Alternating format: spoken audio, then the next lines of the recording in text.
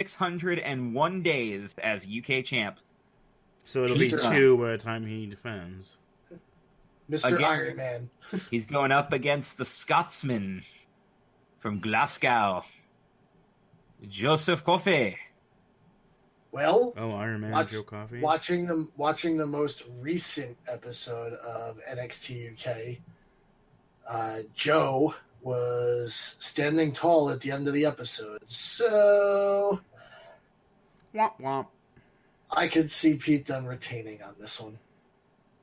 I think they really like him as champion, and I don't think they want to take it off of him. See, I'm going to actually go the other way here because of how much they feature Pete Dunne in American NXT. God, it sounds so weird. If it just based on how much they feature him, I think it's fair to assume that they might make the focal point somebody else so they can keep Pete Dunne. Yeah, but the potential of 3 championships all being with the heels, I don't see it. Wouldn't be the first time that happened. No, but I just don't see it. I see at least one of the faces getting a title or keeping a title. So my guess is with Pete Dunne. Well, it's probably the safe bet. I'm just going to try to go the other way just to mix things up. But it's going to be a good match. It's going to be both of them have shown extremely well-versed wrestling. Pete Dunne is definitely more like refined. He definitely has a much better style. Joe Coffey seems to be more of a I'm just going to kick your ass into oblivion type dude. But yeah, at the end of the day, yeah, Coffey's more of an aggressor, whereas Dunne is more of a calculator. Yeah, like Coffey's just going to start swinging and beat the crap out of you. Dunne is more like, I'm going to systematically break all your fingers so you can't do anything to me. Dude, that dude is straight up Texas Instruments. Like he just showed, like in the last match he was in, it was a 6-man tag. It was Pete Dunne and Mustache Mountain with Coffey and the Grizzled Young Vets. No, not Grizzled Young Vets. The other 2 guys that Coffey runs with, his brother and what's the wolf dude?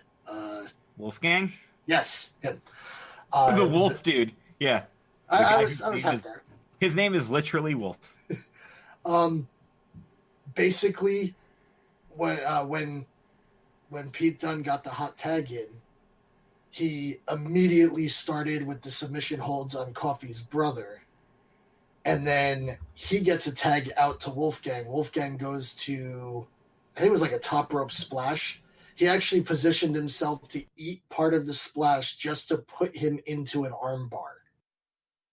And then when Wolfgang tagged out to Joe, again, it was the same deal. He ate a move just to be able to lock him into I think it was a knee bar. So it was just like he's doing all these things just to lock you up and rip you apart. He's willing to take the damage if it works in his favor. That's what's cool about a style like that is that you don't see that much anymore because everybody's they're just trying to do work and do high spots and everything. And here you got a guy who's just like, well, how about I just kick the shit out of you? Oh, exactly. Let's see how that works for you. So very much looking forward to this show. Yeah, me too. Shout out to Soldat0179 listening in the chat who wants to know if we named this week's episode Murican NXT. Quite possibly, yes. And that's Randy. So what's up, Randy? What's going on? I should have guessed that from the soldier thing. Yeah, Randy. Guy is a veteran. Not a veteran of the ring, but a veteran of the combat. And thank you for your service. Good sir, I salute you, which translates very well on an audio podcast, by the way. And I'm saluting my computer screen right now. And I'm holding up my can. Well, I mean, when you disengage the salute, hit the microphone. I just punched a Yeti. I technically chopped it. Actually, yeah, it was more of like a Ric Flair chop. Woo! All right, so let's discuss some dryer sheet news here. We have a lot to talk about with All Elite Wrestling because holy crap, they done did a rally. They did. Right outside They done did a rally stadium in Jacksonville. Oh, yes, they did. And it was a lot of excitement there. Fans getting turned away from WWE because only if they were rowdy, though, apparently. If they had merch. There were a lot of rumors going back and forth saying that WWE was just flat out banning anybody AEW. But then another report came out saying the dude sitting next to me was wearing AEW. He was perfectly fine. Like, nobody had any problems. It was just and that's just it. It's a rowdy thing, and they're not gonna because somebody like that is gonna be an Enzo situation. Well, what happened? What I'm hearing is basically what the report was. WWE officials at the gate basically just went, "Hey, we need you guys to turn your shirts inside out." And then a bunch of people got fucking pissed off and bent out of shape and started flipping out, and security had to be there's called. What happens, that whole deal. It's like, dude. Yeah, but that's how it always is. So of course it is. What's interesting is that, and again, here's how you know that they're doing the right stuff. WWE's got an eye on them. A lot of people got an eye on them, and not just Aiden English and the Revival either, who might want to make a move. Hey, Revival trademark. So keep an eye on that. Yeah. FTR. Trademarked. So again, we're watching. Nobody wants to be mentioned by name. Some didn't even want to comment, but all eyes are fixed right now. And a lot of what people are saying is some of the rumors that have been coming out. Now, again, everything is rumor, of course. But supposedly, they are looking at possibly getting health care for everybody involved. That would be a huge... It would be tough, but that would be a huge step in the evolution of pro wrestling. Oh, without a doubt. I'm still skeptical whether or not they can pull it off, but if they can... It's going to be the hardest thing. You work in insurance, so you should know how hard that actually is. That's exactly it. It's essentially a guarantee that you are going to eventually make an enormous claim. Yeah. That's exactly it. 99% of all your employees will eventually make an enormous claim. Pretty much, yeah. But again, think about what a huge deal that would be if they actually pull it off, because that would make them one of the top places to work, and that would force other companies to have to do the same. Well, that's the key. It's kind of the they're trying to force everybody else's hand. Well, and that's the only way you're going to get ahead. You have to do something the competition isn't doing. I mean, that's one thing that they're not doing. They've already basically said that they're going to list all of their guys as employees and not independent contractors. So it was also the first thing he said was that wrestlers don't get paid their worth, and they're going to pay them their worth, and that women will make the same. Like, I don't think everyone's not going to make the exact same money, but the scale is going to be there. I would imagine. Right, like nobody's going to be making Jericho. Well, that's just it.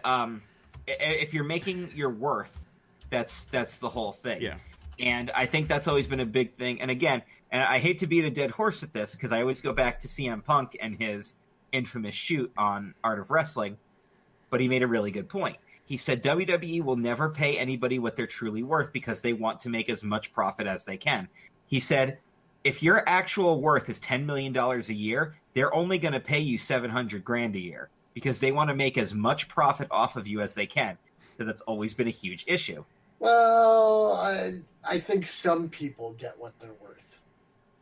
Yeah, but not every... But here's the thing. Some people, like John Cena, for example, he's also making so much because of how much merch he sells and how many sponsorship deals he has. It's almost a skewered number. How much of that they're benefiting from, you almost don't see because he's just pulling in so much money. Well, sure. But take into consideration other guys. Like, well, let's use Big Show as an example, because I've seen Big Show makes a solid $1 million downside guarantee for WWE. Solid $1 million. One even. How much do you think he actually does merch-wise? Probably not that well, because he's not really featured and he doesn't really have a lot of new stuff.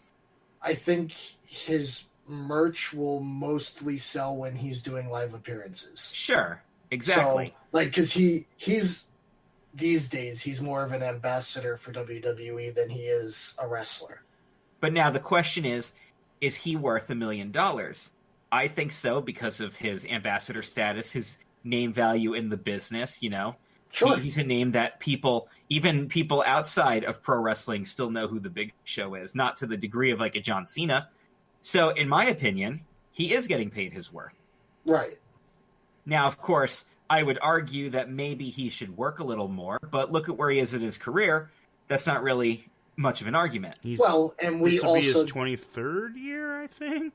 Yeah, he's been around as a 7-footer and a guy that was like 500 pounds for half that time.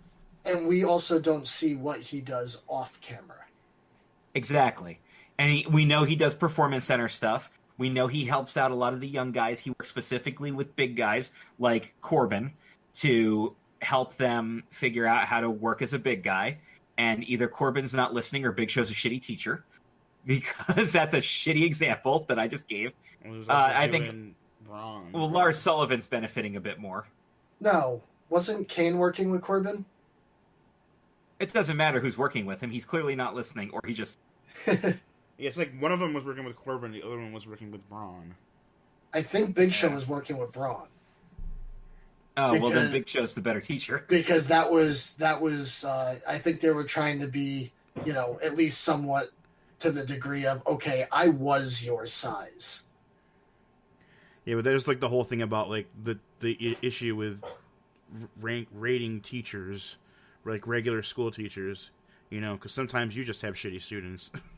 Oh, absolutely. And them failing, half of your class failing is because half your class are fucking idiots. Agreed. Oh, New Jersey used to try to do that. Yeah, that's a big problem. Let's talk about some confirmed stuff we know about AEW. First off, let's talk about some signees. And not just Cody and the Bucks, because we already knew that. So I'm going to run down the list. Here we go. We have SoCal Uncensored. They have signed. And that's officially official, right? That's officially. All these people that are going to be on this list, they're all officially official from what I understand. They were actually at the thing saying that they were there. Yes. And like they might be like, besides random little indies, pretty exclusive, because they're done with ROH and stuff. Well, there's from what I understand, AEW is not planning on doing a lot of exclusive. It's like you can't don't try to do exclusive contracts unless you're running a show every single week. Because even if you pay them good, it ain't going to be enough if they're working once a month. Especially since New Japan is now starting to kind of ease up on their possibility of working with them. So it sounds like the exclusivity is not a thing with most of these contracts. So they'll be able to do their little indie shows or, you know, basically anything but WWE work. Although Chris Jericho, on the other hand, he can do whatever the hell he wants. Chris Jericho is confirmed. That was going to be like the big main event of this list here. Yeah, that was the end of the thing. Yeah, he is confirmed, and yes, he does not have a super exclusive deal. Nope. But he's allowed to do. But it's exclusive enough that WWE removed him from their continuity within 2 hours. Well, here's the thing. I pointed that out. Yeah. In order for that to have happened, Jericho had to have talked to Vince. Because my understanding from what I was hearing on another newscaster this morning was that Jericho was still talking to WWE up until the 31st of December. So it sounds like he must have already talked to Vince about the possibility of actually leaving, because they would have only have had mere hours to be able to remove him from the entrance theme, and that probably wouldn't have happened. Hey, Cesaro's in that spot now. He is. And here's the thing about that. One, they have to remove him because his signing with AEW, they can't promote